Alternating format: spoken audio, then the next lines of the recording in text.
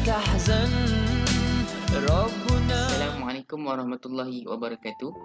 Kembali kita lagi dalam segmen Storytime with MPP iaitu Book Review. Terima kasih kerana menonton video ini dan saya harap video ini dapat menambah ilmu pengetahuan anda semua. Dan saya juga ingin mengambil kesempatan untuk mengucapkan Selamat Hari Raya Aidilfitri, maaf zahir dan batin. Dan pada hari ini, saya akan review satu buku yang bertajuk Al-Aqsa di Ambang Kehancuran.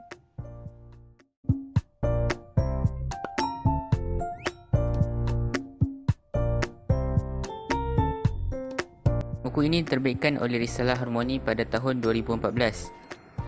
Buku ini juga berharga RM15 dan ia mempunyai sebanyak 14 bab dan 127 muka surat. Buku ini mempunyai kulit yang nipis. Semua muka surat di dalam buku ini tidak berwarna, tetapi buku ini tidak terlalu padat dengan tulisan dan maklumat. Sebaliknya, ia agak padat dengan gambar-gambar dan infografik. Baik, jadi siapakah yang menulis buku ini? Buku ini ditulis oleh seseorang yang amat kita kenal dan beliau juga merupakan mantan Menteri Pendidikan pada tahun 2018 hingga 2020. Jadi orang itu tak lain tak bukan Yang Berhormat Dr. Mazli Malik yang telah banyak menulis buku-buku yang berkaitan dengan Palestin. Jadi saya akan berikan sedikit sebanyak tentang biodata penulis. Beliau dilahirkan pada tahun 1974 di Johor Bahru. Beliau mengajar di Universiti Islam Antarabangsa Malaysia ataupun UIAM dan belajar Islam dan Timur Tengah. Selain bercakap bahasa Melayu, Arab dan Inggeris, beliau juga fasih bahasa Perancis, Parsi, Jerman, Cina dan Hokkien yang sederhana. Baik, jadi mengapa saya pilih untuk mengulas buku ini? Semenjak pandemik COVID-19 telah melanda kita, umat Islam di seluruh dunia semakin lupa dan tidak mengambil berat tentang bahaya yang menanti penduduk di Palestin dan isu-isu semasa di sana. Jadi, saya mengulas buku ini supaya anda semua dapat mengembalikan kesedaran semula tentang saudara-saudara kita di sana. Buku ini juga mempunyai info yang ringkas dan penuh dengan infografi yang menarik bagi menarik minat pembaca tentang isu Palestin. Jadi, itu merupakan sebab-sebab kenapa saya review buku ini. Mesti anda semua tanya-tanya, apakah isi dalam buku ini? Sebab kata pepatah Inggeris, don't judge a book by its cover. Kalau kita tak tahu lagi isi dalamnya, macam mana kita nak berikan pendapat terhadap sesuatu? Jadi, saya akan berikan sedikit sebanyak tentang isi buku ini. Dan sebenarnya ini bukanlah macam ringkasan sangat sebab saya hanya meringkaskan salah satu bab daripada buku ini sahaja. Dan bab yang telah dipilih ialah bab 12 dengan tajuk Pengganas-pengganas yang mengancam Masjid Al-Aqsa.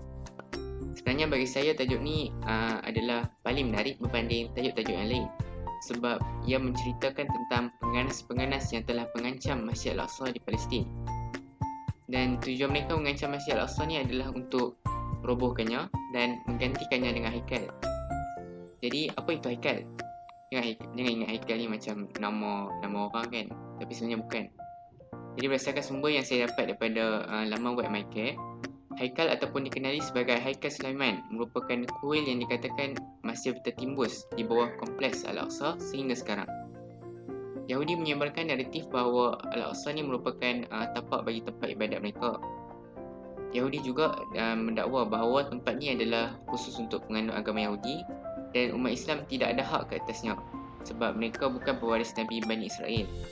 Maka Yahudi ni memiliki berkaitan sejarah dan hak pemilikan ke atas tempat ini lebih daripada umat Islam. Dan mereka juga rasa bangga dengan pemerintahan Nabi Sulaiman AS di Palestin. Dan mereka anggap sebagai pemerintahan tu pemerintahan Yahudi, bukan pemerintahan Islam. Jadi, adakah perkara ini benar ataupun palsu? Jawapannya ialah dakwaan mereka palsu. Mengapa ia palsu?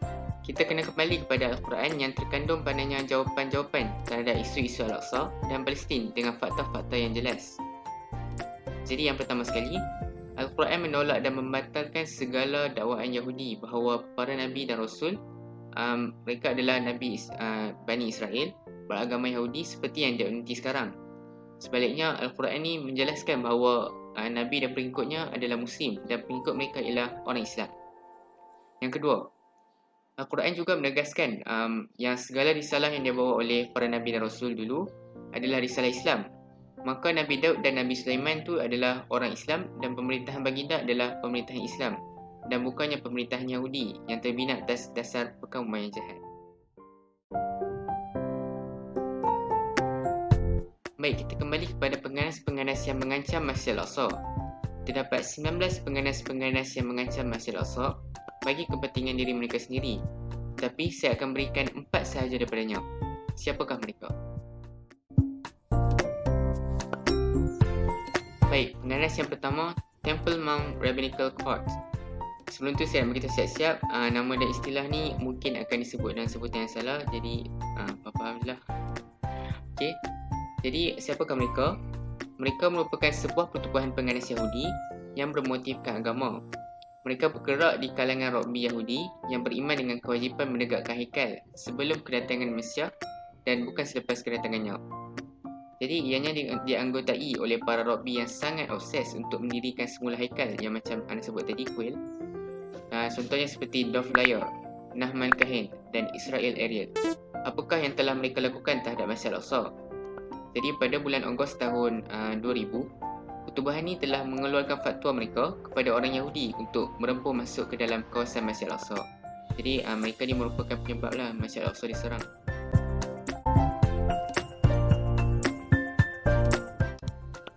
Baik, seterusnya yang kedua ialah Ateret Kohanim. Ia merupakan sebuah NGO yang bertugas untuk membeli tanah-tanah dan segala hal tanah di Al-Quds ataupun Palestin dan juga kawasan sekitar Mount of Temple ataupun kita kenali sebagai Masjid Al-Aqsa. Jadi mereka ni giat dan aktif membeli harta tanah di kalangan warga Arab yang materialistik. Dan ia ditubuhkan oleh anggota kumpulan Yeshivat Hagolan pada tahun 1978 sebagai pusat pengajian agama dan hukum hakam Yahudi. Yang ketiga ialah Shofar Benim. Ia merupakan sebuah kumpulan pengganas radikal yang mempunyai persenjataan dan mengambil pendekatan yang radikal untuk membina semula kuil haikal. Kumpulan ini juga ada hubungan dan rangkaian kerjasama dengan kumpulan-kumpulan radikal yang lain seperti kumpulan Yesha, iaitu Sikatan Perkataan Yehuda, Samana dan Gaza. Kemudian kumpulan Zoat Zenu, kumpulan Matih Mamats dan beberapa kumpulan yang lain.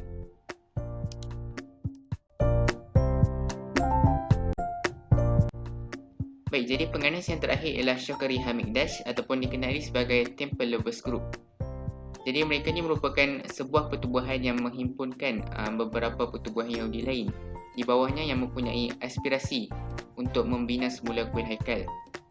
Jadi pertubuhan ini diketuai oleh Profesor Hillel Weiss dan cita-cita pertubuhan ini adalah untuk menghimpunkan semua kumpulan pengganas Yahudi yang bermatlamat untuk membina semula haikal yang didakwa tertimbus di bawah Masjid Al-Aqsa. Okey. Jadi antara individu yang mempunyai pengaruh kuat dalam pertubuhan ini ialah Hakam Baruch Kahan, iaitu anak kepada Hakam Meir Kahan. Dan beliau merupakan seorang pengasas pengganas yang radikal dan paling agresif di dalam negara rejim Zionis, iaitu kumpulan Kach. Okey. Jadi setakat itu saja ringkasan bagi bab 12 dalam buku ini. Jadi daripada maklumat tersebut, saya dah harap ia dapat dijadikan ilmu pengetahuan yang akan digunakan pada masa akan datang.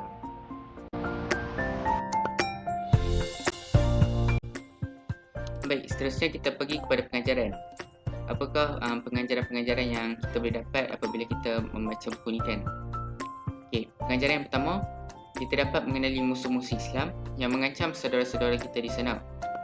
Yang kedua, kita haruslah sedar bahawa penduduk-penduduk di Palestin ini sedang menghadapi bahaya selama ini. Dan kita mestilah berusaha untuk membantu mereka, tidak kira dalam apa jua bentuk pertolongan, sama ada sumbangan tenaga ataupun wang ringgit. Dan seterusnya yang terakhir, kita dapat tahu kebenaran tentang tujuan Yahudi mengancam Masjid Al-Aqsa yang merupakan kiblat pertama bagi umat Islam sebelum ditukarkan ke arah Masjidil Haram. Jadi kejadian ini berlaku di Madinah semasa Rasulullah telah berhijrah dan solat di sana. Dan sekarang masjid itu dikenali sebagai Masjid Qiblatain ataupun masjid yang mempunyai dua kiblat. Setakat ini sahaja review daripada saya. Terima kasih kerana meluangkan masa dan masih setia untuk menonton video book review sehingga akhir video. Saya harap review ini dapat menarik minat anda semua untuk membeli buku ini.